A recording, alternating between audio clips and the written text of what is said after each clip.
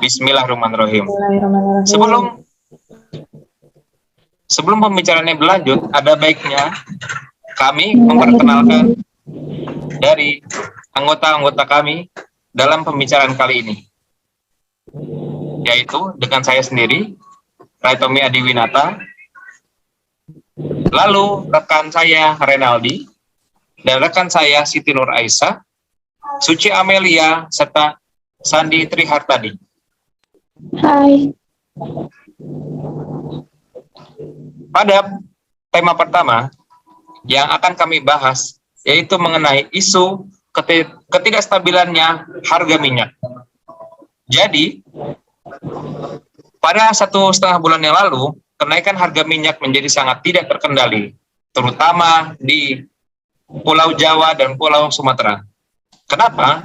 Karena penyebab tersebut disebabkan oleh penumpukan di salah satu distributor-distributor punya negara. Dan masalah tersebut ditimbulkan oleh salah satu pejabat negara kita yang memberikan arahan kepada bawahannya untuk menyimpan minyak-minyak dan lalu hal tersebut didukung dengan isu-isu yang terjadi saat ini. Untuk pengumpulan isu-isu dapat dijelaskan oleh saudara saya Renaldi. Adapun isu-isu terkini yang sedang marak dibahas yaitu tentang isu tentang stabilannya harga minyak goreng di Indonesia.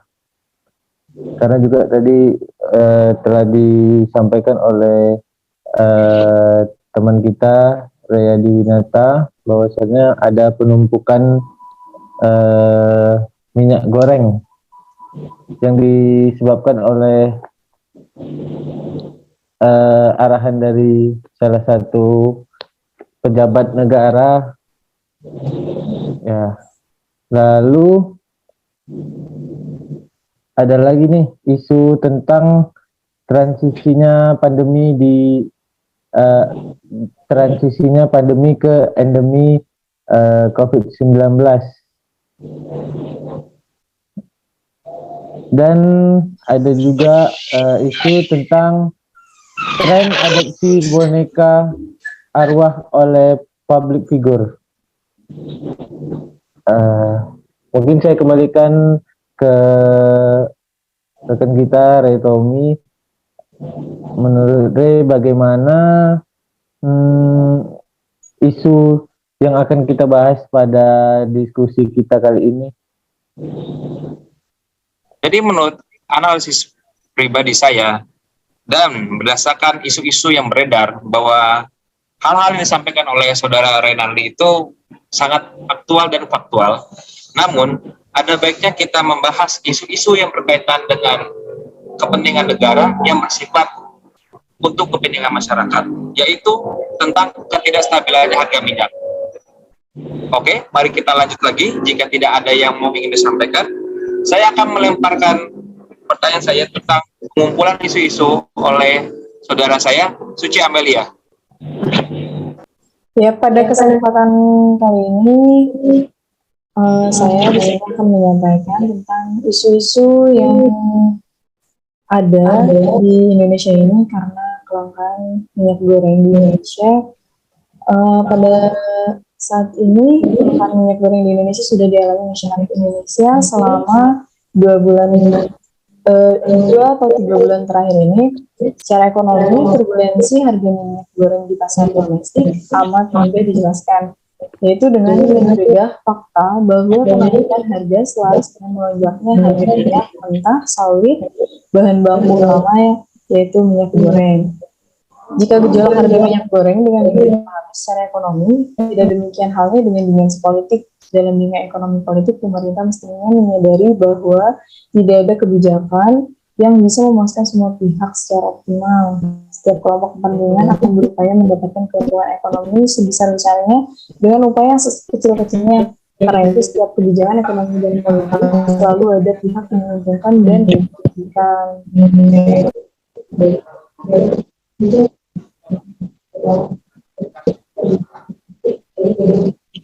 Ya, sekian yang dapat saya sampaikan. Dikembalikan kepada Retomi. Oke, terima kasih atas pengumpulan isu-isu yang telah diberikan oleh Saudara Renaldi serta Saudara Suci Amelia. Nah, pada poin selanjutnya yang ingin saya sampaikan yaitu bagaimana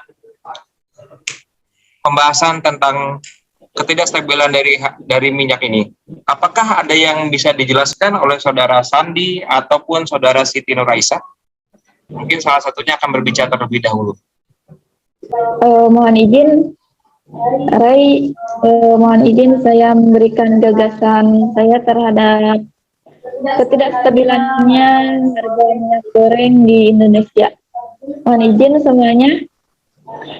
Memang benar terkait isu tersebut karena hal tersebut bukan hanya terjadi di berbagai daerah saja, misalkan terjadi di suatu daerah yang memang produksi minyaknya agak sedikit. Jadi ini sudah menyebar di seluruh Indonesia maupun yang dulunya harga minyaknya mungkin agak lebih menurun, namun pada saat ini harga minyaknya itu memang benar-benar melonjak, yang dimana hal tersebut bisa menurunkan perekonomian negara Indonesia karena harga minyak yang awalnya misalkan sekian dan sekarang melonjak menjadi lebih mahal, dan hal tersebut bisa berefek terhadap perekonomian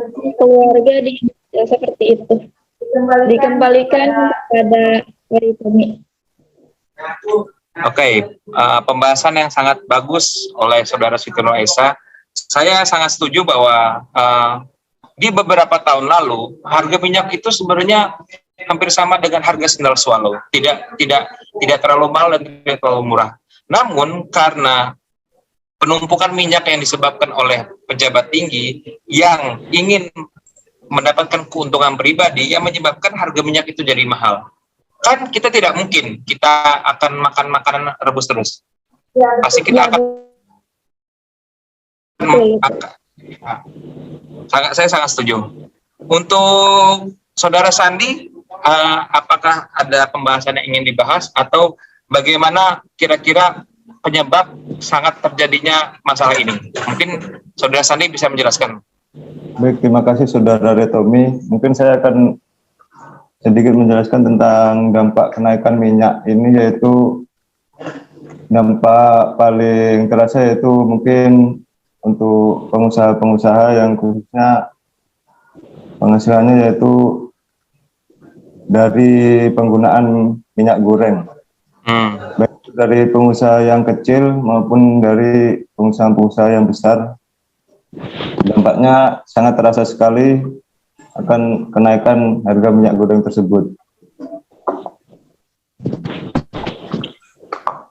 Kira-kira menurut Saudara Sandi, pengusaha yang paling dirugikan dalam ketidakstabilan harga minyak ini apa? Apakah penjual gorengan atau penjual ayam goreng di sisi jalan atau bagaimana? Mungkin bisa dijelaskan. Mungkin paling besar dampaknya yaitu pedagang-pedagang gorengan ataupun warung-warung makan, dan juga pengusaha-pengusaha makanan seperti makanan-makanan khas daerah, tentunya yang penggunaan minyak goreng yaitu yang paling utama untuk pembuatan makanan-makanan tersebut. Oke, pembahasan yang sangat bagus dan sempurna dari Saudara Sandi. Sebelum saya bertanya sesi jawab, saya ingin memberikan bagaimana cara kita penepisan dari isu tentang ketidakstabilan harga minyak ini. Apakah ada saran dari kalian berempat, apa kira-kira teknik yang digunakan untuk penepisan isu ini? Apakah teknik USG atau teknik dari analisis SWOT. Mungkin salah satunya ada yang bisa menjelaskan.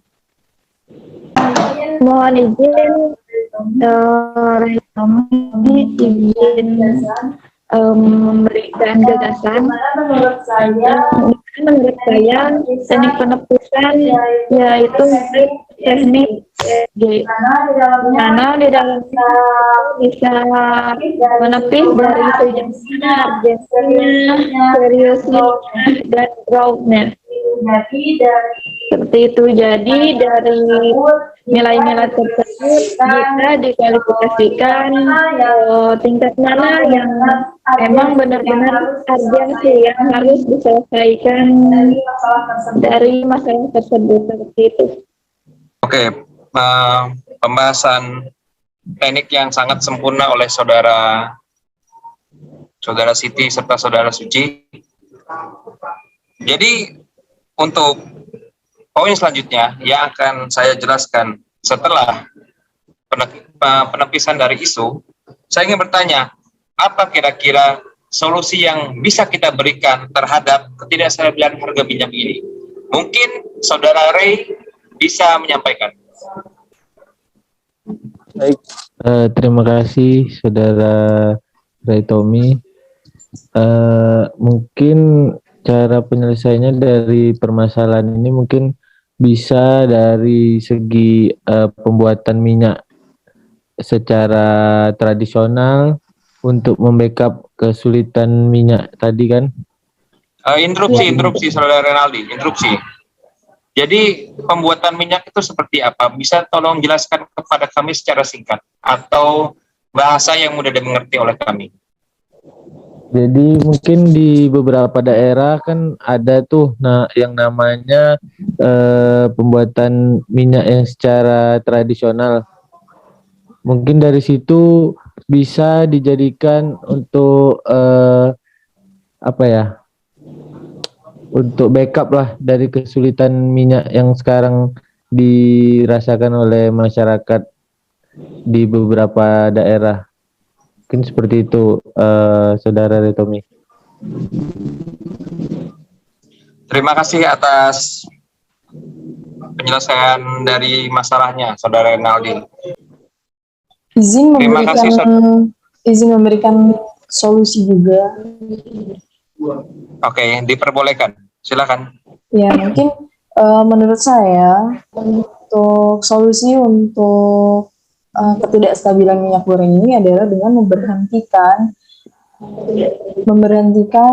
ekspor minyak goreng ke luar negeri, karena di dalam negeri saja kita sangat kekurangan tentang perihal minyak goreng. Jadi daripada diekspor ke luar negeri, lebih baik kita untuk menstabilkan minyak goreng yang ada, terutama dari harganya. Gitu sih, sekian.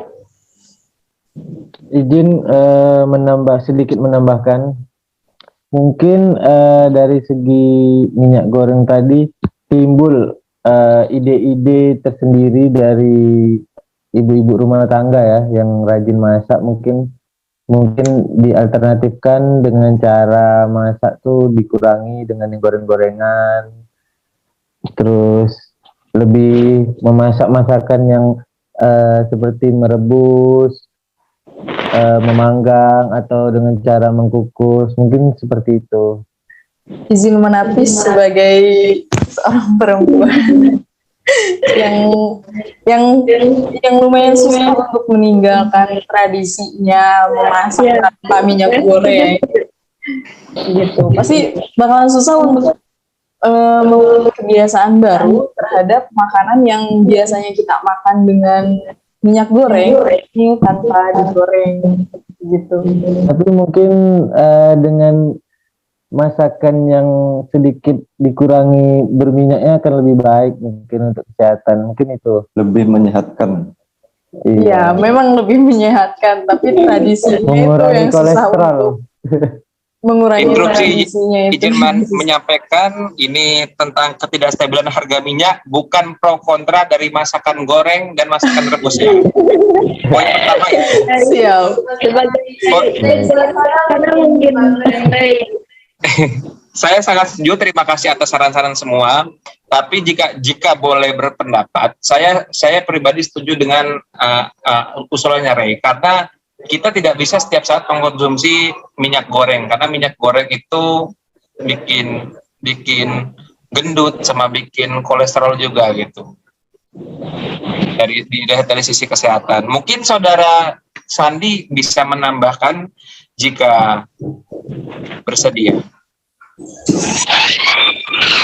Mungkin untuk menangani masalah minyak goreng, untuk ininya diganti, misal kalau mau beli telur pakai ini mentega, dia lebih menyehatkan atau mengurangi kadar kolesterol. Terima kasih, saya kembalikan ke Bisa sih, bisa. Terima kasih, usulan yang sangat singkat, padat, jelas, namun ditembak secara tepat. Jadi untuk saya pribadi, karena ketidakstabilan ini kita punya banyak solusinya, saya butuh solusi yang ultimatum. Bagaimana ketidakstabilan harga dari minyak ini bisa dapat terhentikan? Apakah dengan kita penjarakan saja orang-orang yang menimbun minyak, atau bagaimana jika harga minyak itu tidak dinaikkan ataupun tidak diturunkan, namun seperti harga biasa saja pada umumnya gitu. Mungkin saudara Siti bisa menjelaskan feedback apa yang bisa diberikan bagi negara agar ketidakstabilan harga minyak ini tidak terulang kembali. Baik, terima kasih Bung Rey atas kesempatannya. Mungkin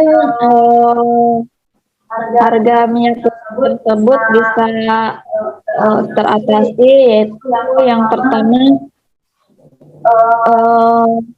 peningkatan dari produksi minyak bumi, dari produksi minyak dari kelapa sawit yang mungkin banyak yang produksi yang mana dari kelapa sawit tersebut